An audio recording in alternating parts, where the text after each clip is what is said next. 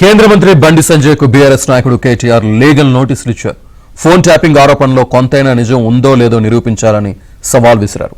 తనపై చేసిన ఆరోపణలను 48 గంటల్లోగా ఉపసంహరించుకోని పక్షంలో బహిరంగ క్షమాపణ చెప్పాలని డిమాండ్ చేశారు. లేదంటే న్యాయపరమైన చర్యలు తప్పవని ట్వీట్ చేశారు.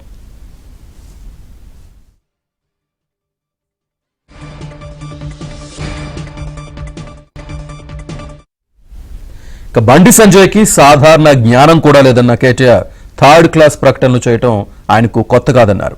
హోంశాఖ సహాయ మంత్రిగా ఉన్నప్పటికీ ఆయన తెలివితేటలు ఎలా పనిచేస్తాయో అర్థం కావడం లేదన్నారు.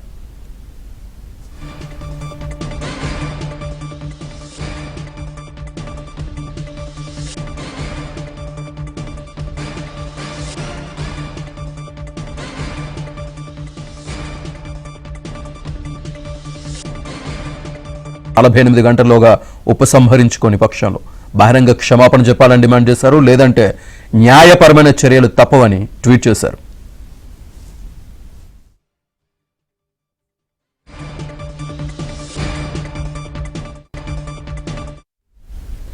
బండి సంజయ్కి సాధారణ జ్ఞానం కూడా లేదన్న కేటీఆర్ థర్డ్ క్లాస్ ప్రకటనలు చేయడం ఆయనకు కొత్త కాదన్నారు.